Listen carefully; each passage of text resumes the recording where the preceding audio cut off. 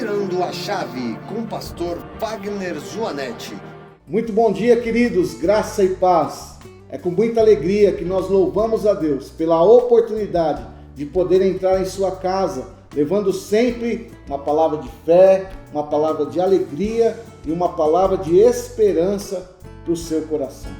A palavra de Deus nos ensina no Evangelho de João, capítulo de número 4, que Deus está à procura de verdadeiros adoradores que adoram ao Pai em espírito e em verdade.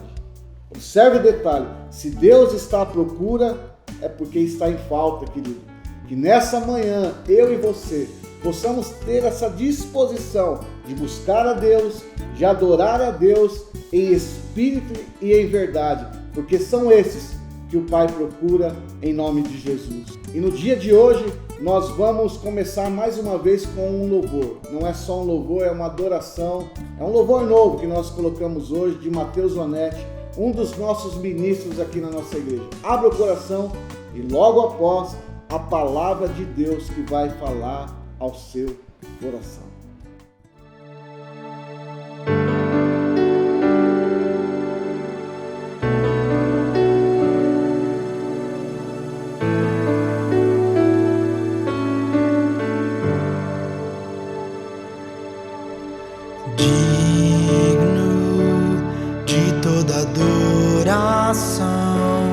E de receber todo o louvor, nos rendemos a Ti, amado Salvador, para sempre. Me prostro diante de Ti,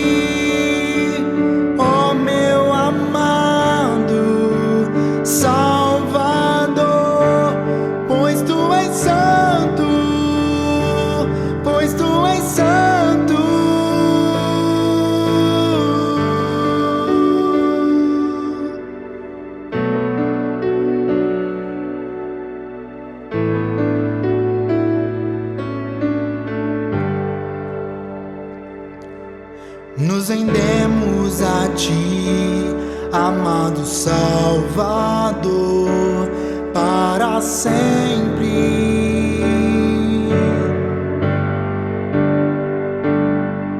Me prostro diante de Ti, ó meu amado Salvador, pois Tu és santo, pois Tu és santo.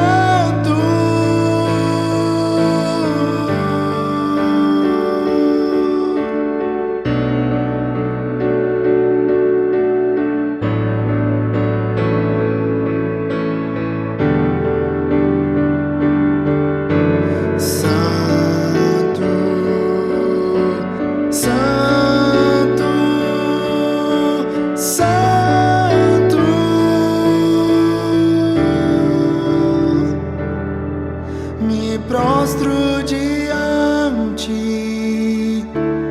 de Ti, ó meu amado Salvador, pois Tu és santo, pois Tu és santo.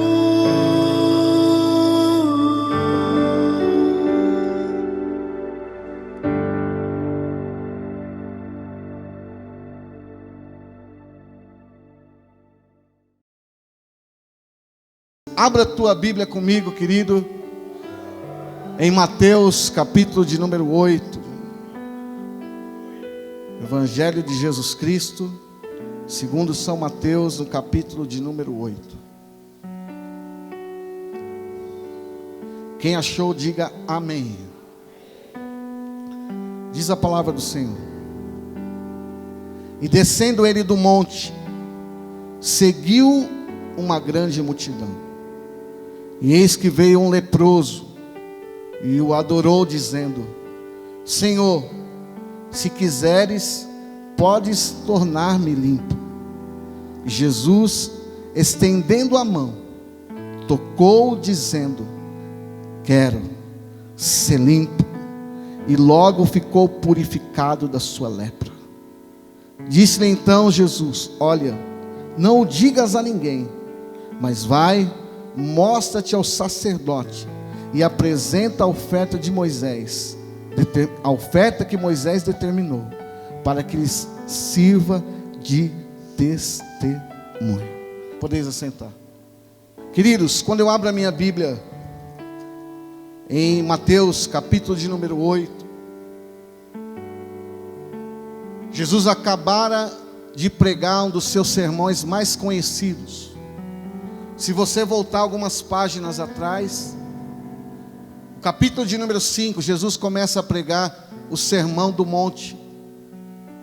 Jesus começa dizendo: bem-aventurados os pobres de espírito, porque deles é o reino dos céus. Bem-aventurados os que choram, porque eles serão consolados. Bem-aventurados os mansos, porque eles herdarão a terra. Bem-aventurados os que têm fome e sede de justiça, porque eles serão fartos. Bem-aventurados os misericordiosos, porque eles alcançarão misericórdia. Jesus continua falando as bem-aventuranças. E não só isso, Jesus nos ensina a ser a luz do mundo. Jesus nos ensina a ser o sal da terra. Jesus diz que se o sal não salgar, ele se torna insípido. Ou seja, ele não serve para mais nada, porque não tem sabor, a não ser para ser pisado pelos homens. Jesus começa a ensinar, Jesus começa a pregar para aquela multidão que estava com ele. O interessante é que aonde Jesus estava, sempre havia uma multidão que o acompanhava. Agora, é bom que se diga, e eu gosto sempre de afirmar isso, que no meio de toda a multidão, existem pelo menos 3 tipos de pessoas no meio da multidão. O primeiro tipo de pessoa, ou a primeira classe de pessoa, são os críticos. Diga assim comigo: os críticos. Os críticos sempre estão no meio da multidão, irmãos. Quem são os críticos, pastor? No contexto bíblico, são os fariseus, os saduceus, os doutores da lei. Eles estavam no meio da multidão não porque eles queriam um relacionamento com Jesus, não. Eles estavam no meio da multidão porque eles queriam pegar Jesus em alguma falha, em algum erro. O segundo tipo de pessoa que sempre estava no meio da multidão eram os curiosos. Diga comigo: curiosos. Quem eram os curiosos, pastor? Eram aquelas pessoas que não queriam também um envolvimento com Jesus, gostavam de ver os milagres, gostavam de ver os sinais, não queriam um compromisso mais sério. Parece que eu estou tendo um sonho acordado hoje, e vejo muito curioso hoje ainda. Pessoas que vêm para a igreja, é verdade, vêm para o culto, gostam da música, gostam do ambiente, até gostam da palavra, mas não querem um envolvimento maior com Jesus. Mas existia uma terceira classe de pessoa. E quem eram elas, pastor? Eram os necessitados. E quem eram os necessitados? Eram aqueles que precisavam de um milagre, eram aqueles que precisavam de uma resposta, eram aqueles que precisavam de uma intervenção, de algo sobrenatural da parte de Deus. Parece que eu estou tendo um sonho acordado, e eu ainda vejo necessitados entrando por essa porta, pessoas que querem ouvir a voz de Deus, pessoas que querem ver os sinais, pessoas que querem viver os milagres. Deixa eu dizer uma coisa nessa manhã: eu não sei se você é crítico, eu não sei se você é curioso, mas se você é alguém necessitado, você veio no lugar certo, na hora certa. Deus tem um milagre para fazer na tua vida, na tua história. Quem acredita? Quem acredita? Se você acredita, dá a maior glória a Deus que você puder. Agora Jesus está descendo do monte, e quando ele desce, ele se encontra com um homem, e a Bíblia deixa muito clara, dizendo que esse homem é um leproso. E um leproso naquela época, meu irmão, ele não podia conviver na sociedade. Um leproso naquela época, o seu destino era o leprosário. Ele tinha que estar enclausurado, preso, sem poder ver a sociedade, sem poder ver ninguém. Mas quando Jesus desce, esse leproso se apresenta. Meu irmão, um leproso, naquela época, era uma doença tão contagiosa, por isso eles tinham que ficar distante. Mas um leproso, ele nem precisava dizer que ele era leproso. O mau cheiro que saía do seu corpo denunciava a sua lepra. É por isso que quando aquele homem se aproxima de Jesus, ele se prostra e põe a boca no pó, por causa do mau hálito, do mau cheiro.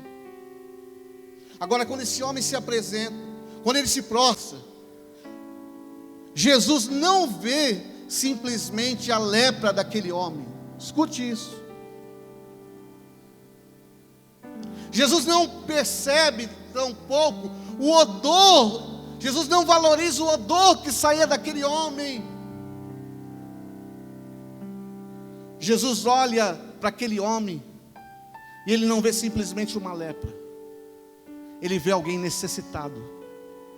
Jesus olha para aquele homem e é como se Jesus visse os traumas na vida daquele homem, as emoções feridas e machucadas. Jesus olha para aquele homem e vê a necessidade por detrás da necessidade daquele homem. Jesus poderia ter dito: vai para lá, seu leproso, sai de perto de mim, seu leproso. Mas é como se Jesus estivesse dizendo assim: pode chegar mais perto, porque a lepra que você carrega no corpo não é mais forte do que a minha presença na tua vida. O que Jesus estava dizendo é: hoje a enfermidade se encontrou com a saúde. Jesus não manda ele embora.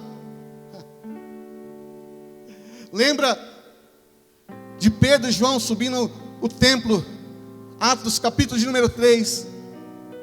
Eles estão subindo o templo, e quando eles chegam na porta chamada Formosa, tinha um paralítico ali na porta, e esse paralítico olha para Pedro e João, esperando que ele lhes desse ouro, lhes desse prata, lhes desse uma ajuda, lhes desse um dinheiro. Mas Pedro e João olham para ele e diz assim: nós não vamos te dar aquilo que você quer, nós vamos te dar aquilo que você precisa. Ou seja, Pedro e João tiveram o mesmo sentimento de Jesus. Pedro e João não olham para aquele homem achando que ele simplesmente precisava de um dinheiro.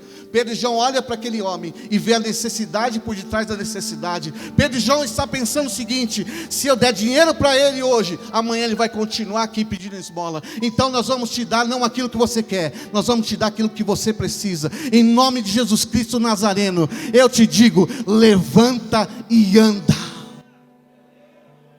Por quê? Porque eles viram a necessidade por detrás da necessidade. É esse sentimento que nós precisamos ter. Há um tempo atrás agora, eu estava no trânsito, e o trânsito parou.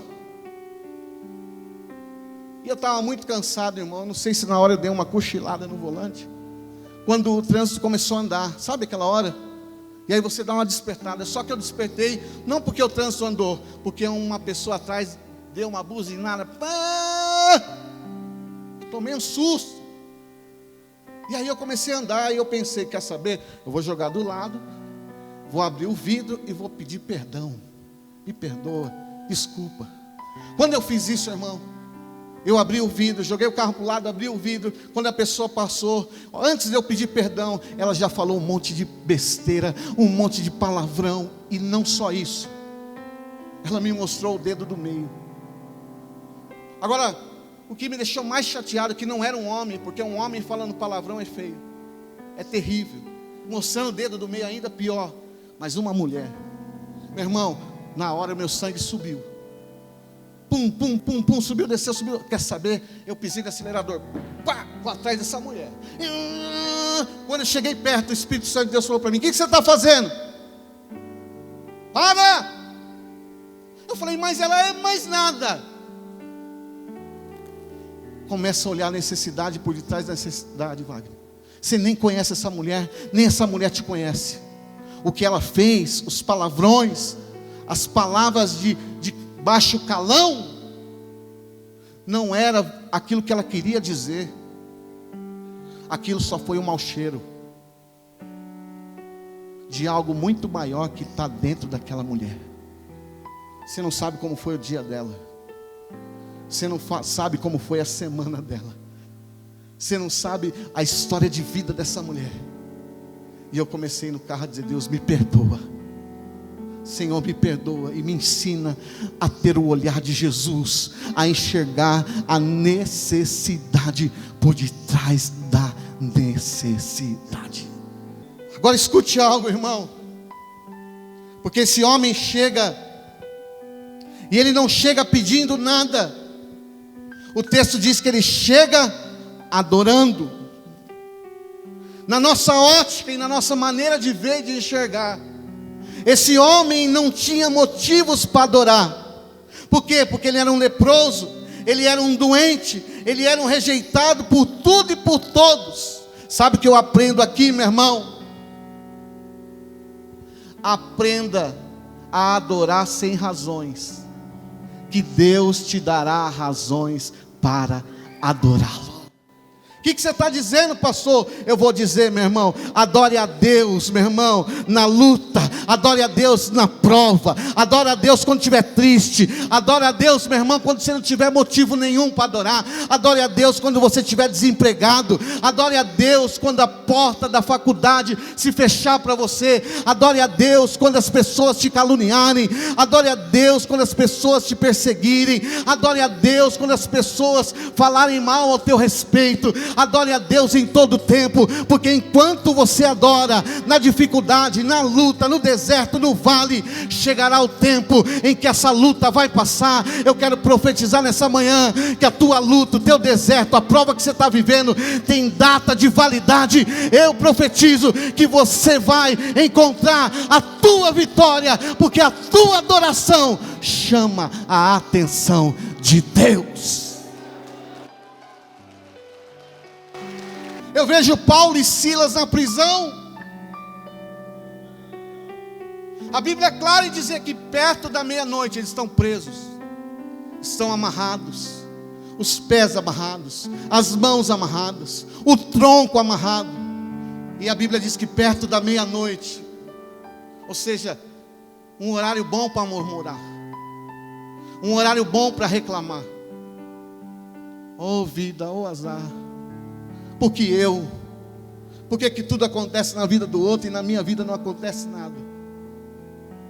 Mas diz que ao invés de eles murmurarem, de reclamarem, a Bíblia diz que perto da meia-noite, Paulo e Silas oravam, cantavam e adoravam ao Senhor. A Bíblia diz que Pedro está preso, e diz que a igreja está orando, a igreja está adorando a Deus. Enquanto a igreja adorava e orava, Deus dá ordem a um anjo que vai lá na prisão. Pedro está dormindo, e quando o anjo chega, meu irmão, Pedro dá uma despertada, pula, e ele quer fugir da prisão, e um anjo diz: calma, Pedro, calma, Deus está no controle. Deus está mandando dizer para alguém: calma, Deus está no controle de tudo, fica tranquilo, fica em paz. Calma, Pedro.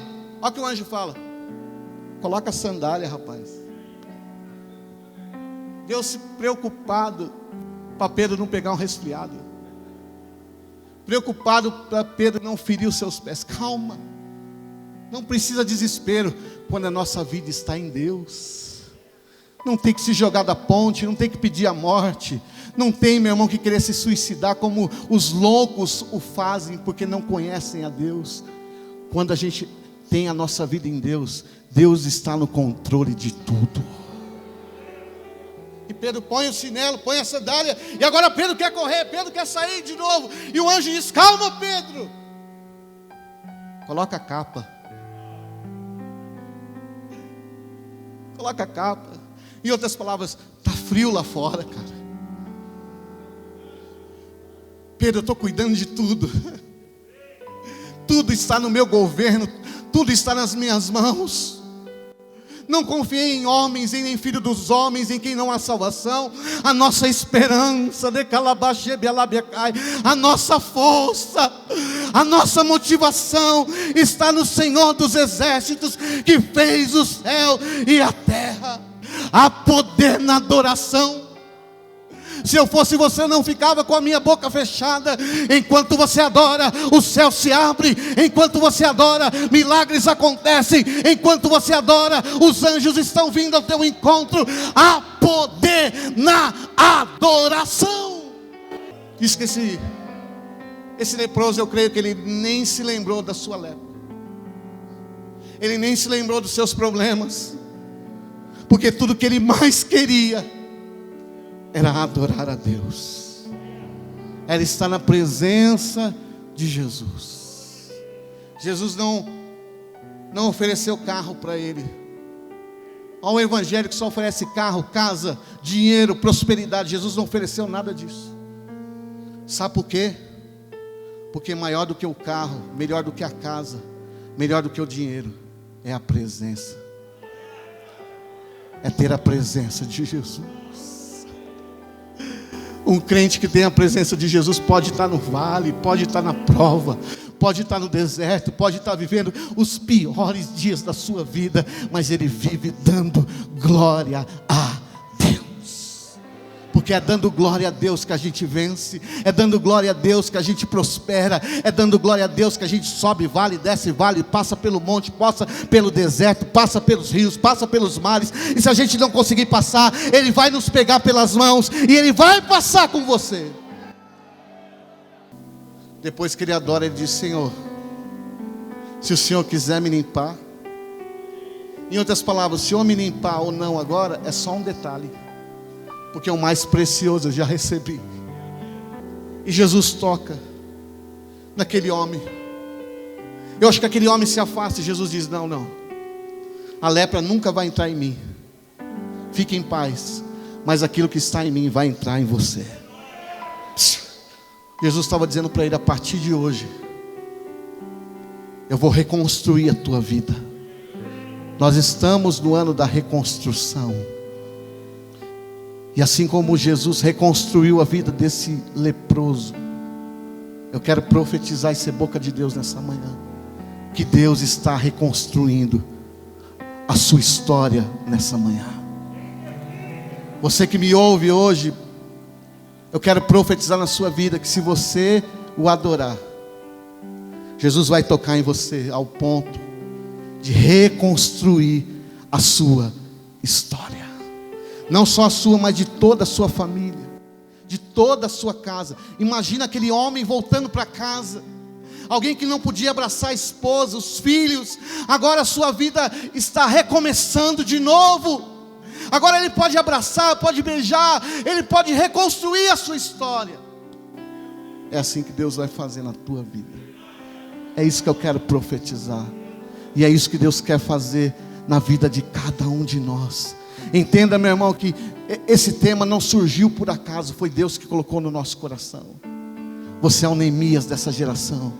Nós vamos reconstruir a nossa história, nós vamos reconstruir a nossa igreja. Deus vai reconstruir a sua vida emocional, Deus vai reconstruir a sua vida sentimental, Deus vai reconstruir a sua vida financeira, pelo poder e autoridade que há no nome de Jesus.